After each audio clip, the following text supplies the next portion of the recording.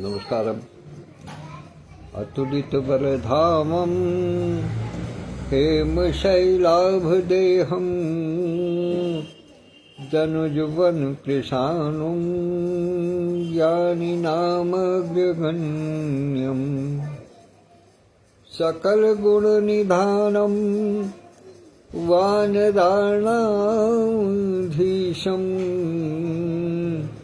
रघुपतिप्रियभक्तं वातजातं नमामि।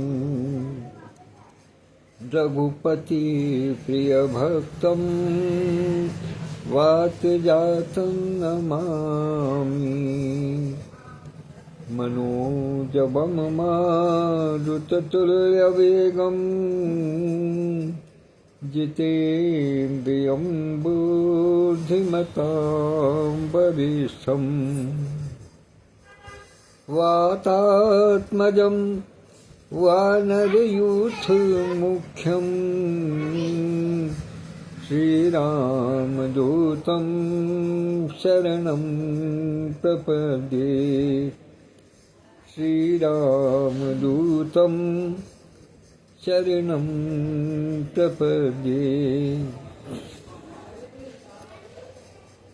आज मंगलवार का दिन और सबका मंगल करने वाले श्री हनुमान जी का दिवस है। इसलिए हनुमान जी को सादर प्रणाम निवेदित करते हुए भैया जी आज के ईश्वर को मैं आपको एक रचना दूंगा और कुछ छोटी सी बात अपनी कहने का प्रयास करता हूँ। आजकल डॉक्टर सत्यप्रकाश पांडे जी ने एक नई मुहिम प्रारंभ की है, LBHSE। वास्तव में ई का बड़ा महत्व है इसमें। सादा जीवन उच्च विचार ये तो हम सब जानते ही हैं, लेकिन ये बाद में ई की जो पूंछ लगी है वो बहुत, क्योंकि ई से बनता है इवेंट्स, और इवेंट ही वास्तव में वो शब्द है जिसके माध्यम से कि लाखों के करोड़ों के बारे में अरे होते हैं। एक नया सेक्टर बन गया है इवेंट मैनेजमेंट का। कि क्या है कि इवेंट मैनेजमेंट, और उस इवेंट मैनेजमेंट के नाम पर मेहनतानी के रूप में कितना कितना लिया जाता है जिसका कोई उपयोग नहीं है। सही मायने में यदि हम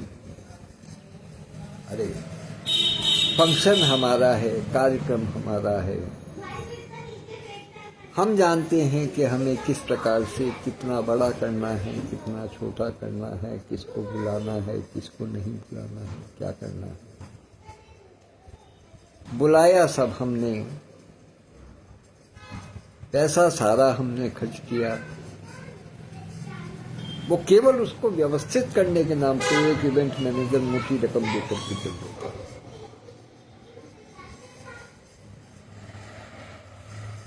तो इसलिए इवेंट कोई भी हो,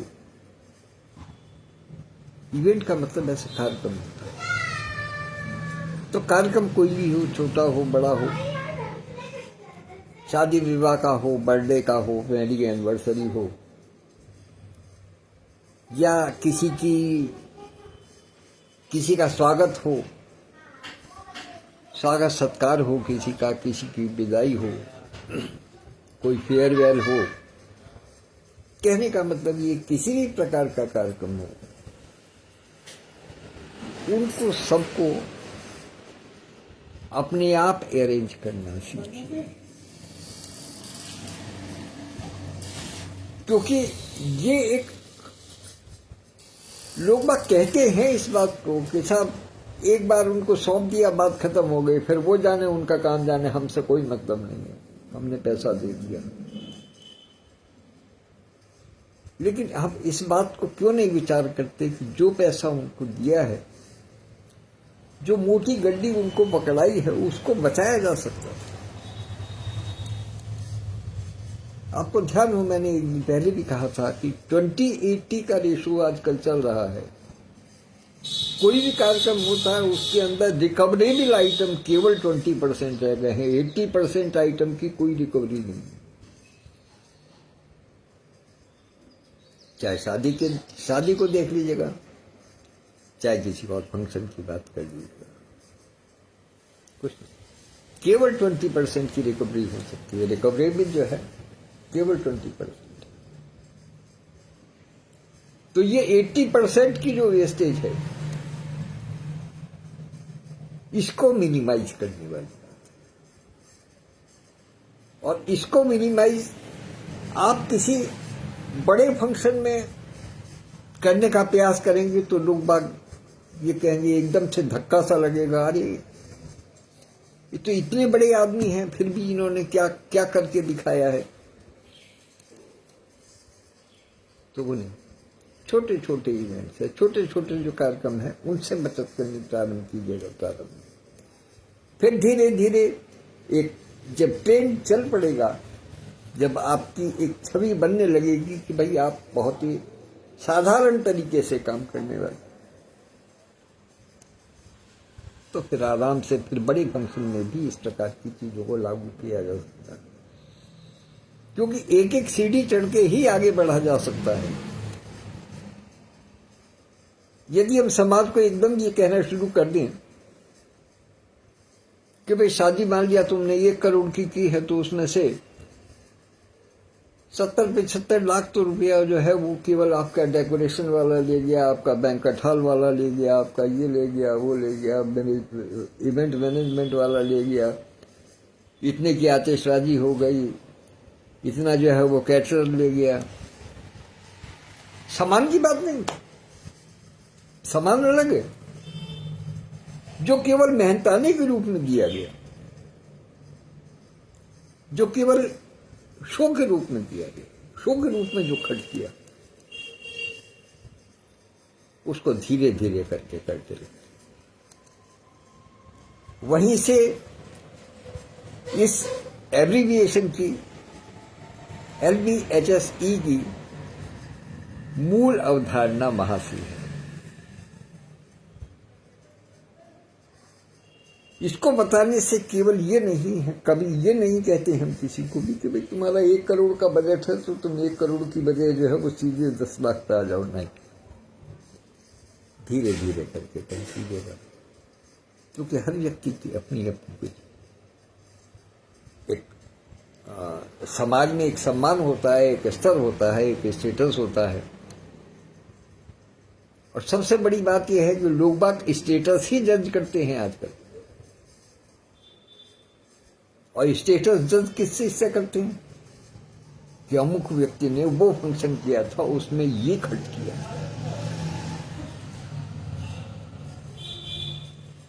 भूल जाइएगा अंबानी अडानी की बात को। हम तो अंबानी अडानी नहीं हैं।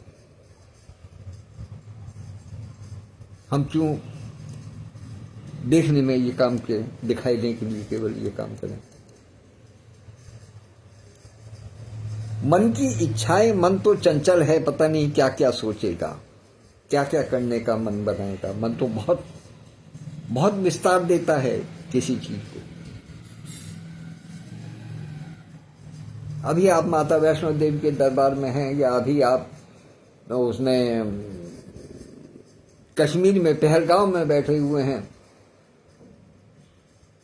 और 1 सेकंड में आपका मन बदला और आप कन्याकुमारी के बीच पर पहुंच गए, सी बीच पर पहुंच गए। तो इससे मन का कुछ नहीं है। मन से कहां तक चलेंगे? मन से कोई काम नहीं होता। मन तो है ही चंचल। मन को वश में करने का मतलब यह है कि आपको मनन करना पड़ेगा। मनन करना पड़ेगा, तब मन को वश में किया जा सकता है। बहन संतोष दहिया जी, आदरणीय मीरा भारती दीदी और आदरणीय विधुभूषण त्रिवेदी भाई साहब, तीनों लोग उपस्थित हैं। उनकी उपस्थिति को सादर नमन करता हूँ। और जहाँ तक LBHS-3 की चर्चा की बात है, ये तो चलती रहेगी। अब मैं समझता हूँ लगभग पूरे वर्ष इस पर चर्चा चलनी है। धीरे धीरे छोटे छोटे स्टेप के माध्यम से हमें इसमें आगे बढ़ना है, समाज को समझाना है, समाज को बताना है, हमें भी बताना है, आपको भी बताना है। इसमें सबके सहयोग की आवश्यकता, हम सबसे सहयोग अपेक्षित कर सकते हैं। क्योंकि मेरे पास अब समाचार देने का तो काम रहा नहीं है। आपको ध्यान हो, प्रारंभ में मेरे पास एक ड्यूटी थी कि मैं यहाँ कार्यक्रमों की समीक्षा किया करता था, जो नए संदेश होते थे वो देता था। वो चीज़ें अब समाप्त हो गई। धीरे धीरे मैं अब उनसे स्वयं को मैंने पीछे हटा लिया है, या कहिएगा कि मैंने अपना कार्यभार अब दूसरों को सौंप दिया है। अब जो संदेश मैं यहाँ से दिया करता था, वो संदेश अब उस पर PBPN पर जाने लगे। Positive brain with positive news. तो ऐसे न्यूज तो अब सारी उधर से जाने लगी है। तो जब न्यूज वहां से जाने लगी, संदेश सारे वहां से जाने लगे, सारी खबरें वहां से आने लगी, तो फिर मेरा उन चीजों को दोहराने का कोई लाभ नहीं है। मेरी भूमिका अब केवल इस चीज की रह गई कि एक समाज में आंदोलन किस प्रकार से खड़ा किया जा सकता है, वैचारिक क्रांति किस प्रकार से लाई जा सकती है, उसके विषय में अपने सदस्यों से वार्तालाप की। मेरा केवल इतना ही काम रह गया। और बहुत से साथी हमारे ऐसे हैं जो कि किसी एक पटल से जुड़े हैं। जैसे कुछ लोग कवि के साथ कॉफी से जुड़े हैं, कुछ मीट B5 के सदस्य हैं, कुछ 20 भाई मी पर बैठते हैं, कुछ क्या कहते हैं उस पर master for education and empowerment of talent पर रहते हैं, कुछ इस अनुज्ञा पटल पर हैं, कुछ किड्स लर्निंग पर हैं। तो इसलिए मैंने अपने वाचन को, अपने कर्तव्य को या अपनी भूमिका को हर पटल पर एक एक सप्ताह के लिए बांधने का प्रयास किया, ताकि मेरी बात या मेरे विचार यदि पहुंचते हैं तो जो आदमी जहां तक है वो वहां तक मेरी पहुंच हो सके, मैं हर व्यक्ति के पास तक अपनी बात को पहुंचा सकूं। ये मेरा मंतव्य है। और दूसरी चीज ये भी है कि इसके माध्यम से थोड़ी सी हलचल लाने का प्रयास करता हूं, हर पटल पर लाने का प्रयास करता हूं। तो इसलिए जैसे इस सप्ताह मैं अनुज्ञा पर हूं, अगले सप्ताह किड्स पर आऊंगा, बच्चों के लिए बात करूंगा, क्योंकि बच्चे देश का भविष्य है, समाज का भविष्य है। बच्चे यदि इन छोटी छोटी बातों को नहीं सीखेंगे तो आगे समाज में परिवर्तन आना बहुत मुश्किल है। और फिर अपनी रचना पर आने से पहले एक बात और कहना चाहूंगा कि नारी, क्योंकि ये पटल अनुज्ञा नारी का है, इसलिए कहना कि नारी केवल परिवार की नहीं, समाज की भी धुरी है।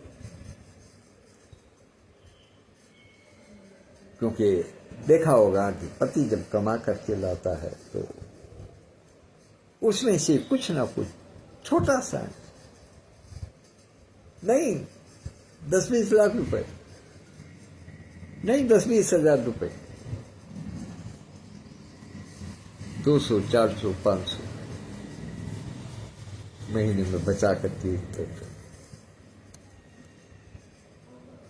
ये भारतीय नारियों का एक सिद्धांत है जो मैं आपको बताता हूं कि जो सर्विस पेशा है उनकी जैसे सैलरी मिली, वेतन मिला, पेंशनर्स को पेंशन मिला, तो एक स्वाभाविक सी चीज है, उसमें कोई कहने वाली बात नहीं है। हर व्यक्ति जानता है और हर स्त्री जानती है कि उसको क्या क्या करना है, कि पिछले महीने का जो भी कुछ अवशेष है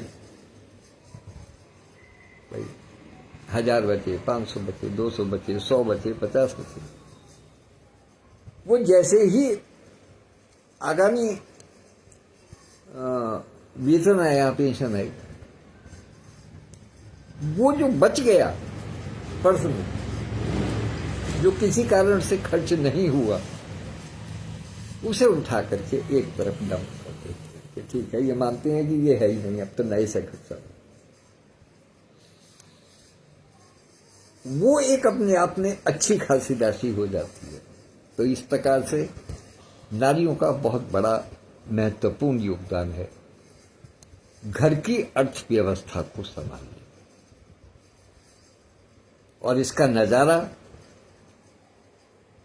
उस समय देश ने देखा जिस समय की नोटबंदी हुई थी। सब जानते हैं। तो आइए, विषय को लंबा नहीं करूंगा मैं। अब आपको एक रचना दे रहा हूं, चूंकि नारी के पटल पर हूं, लिहाजा नारी की एक रचना दे रहा हूं। और शाम को प्रयास करूंगा एक होली की रचना देने का। इस समय नारी की रचना देता हूं, नारी के पटल। वो कवि के साथ कॉपी करूँ, यहां नारी की बात है। होय जिक्र पत्नी भगनी का, या फिर हो महतारी का। होय जिक्र पत्नी भगनी का, या फिर हो महतारी का। मोल भला कब चुका सका है, पुरुष श्रेष्ठी में नारी का। मोल भला कब चुका सका है, पुरुष श्रेष्ठी में नारी का। होय जिक्र पत्नी भगनी का। और बन देखिएगा, एक एक युग की बात करने का प्रयास किया है। एक एक युग की नारियों के साथ में क्या क्या हुआ, किस किस प्रकार से हुआ, क्योंकि समाज सदैव से ही पुरुष प्रधान रहा है। इसलिए ये मेरा दर्द कहीं निकल करके आता है कि स्वप्न वचन रक्षार्थ भूप ने राजपाट जब छोड़ दिया। बिका डोम के हाथों मन के भावों ने मुख मोड़ लिया। कर परिपाटी के पालन में पितृमोह जब त्याग दिया।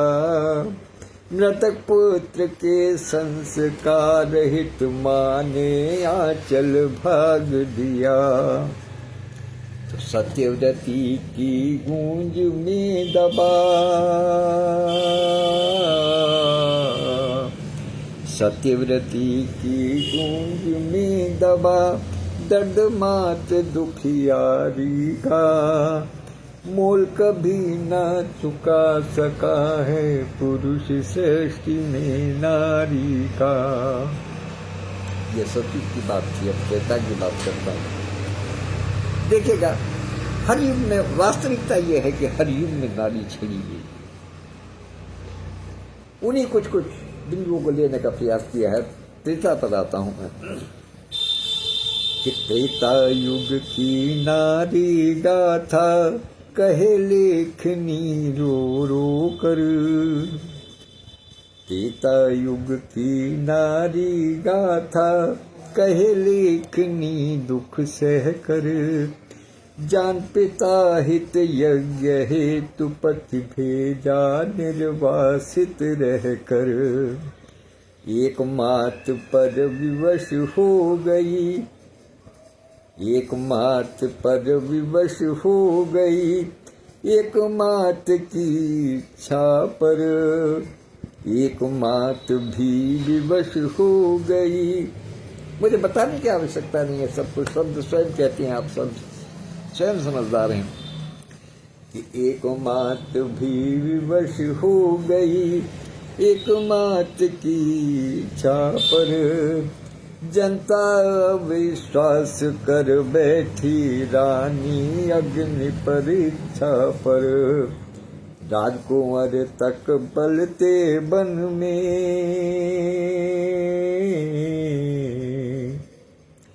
राजकुंवर तक पलटे वन, क्या कहें मात लाचारी का। मोल भला कब चुका सका है, पुरुष श्रेष्ठ में नारी का। मोल भला कब चुका सका है, पुरुष श्रेष्ठ में नारी का। जिक्र होय पत्नी भगनी का। और अब द्वापर की बात कहता हूँ। द्वापर में बहुत सी स्त्रियों के साथ छल हुआ है, उनमें से कुछ का दृष्टांत देख के चलता हूँ। द्वापर में एक माँ ने जन्मा, भगवान कृष्ण। द्वापर में एक माँ ने जन्मा, और दूजी ने प्यार दिया। अपने मन में पीर पाल कर सभी सुखों को वार दिया। अल्हड़ ग्वालिन की प्रीति से स्वयं विधाता हार गया। नारी का अपमान किया तो मृत्यु मुख परिवार गया। तो 100 सुत वाली हुई निपुती, 100 सुत वाली हुई निपुती, दुख पहाड़ गांधारी का। मोल भला कब चुका सका है, पुरुष श्रेष्ठ में नारी का। जिक्र हो पत्नी भगनी का, या फिर हो महतारी का। मूल भला कब चुका सका है, पुरुष श्रेष्ठ में नारी का। और अंतिम बंद इसका दिखाता हूँ कलयुग के लिए, कि कहने को तो अब इस युग में स्त्री पुरुष बराबर हैं। कहने को तो अब इस युग में स्त्री पुरुष बराबर है। मगर परीक्षा फल देखें तो नारी नर से ऊपर है। मगर परीक्षा फल देखें तो नारी नर से ऊपर है। और गृह सीमा में रहने वाली, गृह सीमा में रहने वाली, अब तो सागर पार चली। अंतरिक्ष तक जा पहुंची है, जैसे धरा पछाड़ चली। अंतरिक्ष तक जा पहुंची है, जैसे धरा पछाड़ चली। कौन नहीं जानता सुनीता विलियम्स का दर्द या उसकी हिम्मत, कुछ भी कह लीजिएगा। कितना हिम्मत है, कितना साहस है। भले ही वो परिस्थिति जन्य बात हो, लेकिन 9 दिन का समय जब अंतरिक्ष में 9 महीने का तक लंबा खिंच जाए, तो कितना कुछ सहा होगा, कितना कहा होगा, ये समझिएगा। वहां क्या स्थिति रही होगी। कभी कुछ भोजन को मिला होगा, कभी नहीं मिला होगा। वहां कोई मॉल से ऑर्डर करके वहां कुछ नहीं मिलना। फिर जितने समय तक का पूरा उनका प्रोग्राम था, टारगेट था, उतने दिन की ही भोजन की सामग्री वहां थी। कहाँ 9 दिन और कहाँ 9 महीने। तो ये नारी की शक्ति, ये नारी का साहस है, ये नारी का धैर्य है। इसको हम कभी नहीं भूलना चाहिए। कि गृह सीमा में रहने वाली, अब तो सागर पार चली। अंतरिक्ष तक जा पहुंची है, जैसे धरा पछाड़ चली। नहीं बचा है क्षेत्र कोई जहां, नहीं बचा है क्षेत्र कोई जहां, दखल न होवे नारी का, मोल भला कब चुका सका है पुरुष सृष्टि में नारी का। जिक्र हो या पत्नी भगनी का, या फिर हो महतारी का, मोल भला कब चुका सका है पुरुष सृष्टि में नारी का। धन्यवाद मित्रों। शेष कल इसी समय 10:30 बजे उपस्थित होकर के आपकी सेवा में कुछ अर्पित करूंगा। अभी मुझे बहन वर्षा खन्ना भी दिखाई दे रही हैं, लेकिन अब मेरे चलने का समय आ गया है। उनको सादर प्रणाम करता हूँ। स्मरण करने के लिए बहुत बहुत बधाई देता हूँ। धन्यवाद।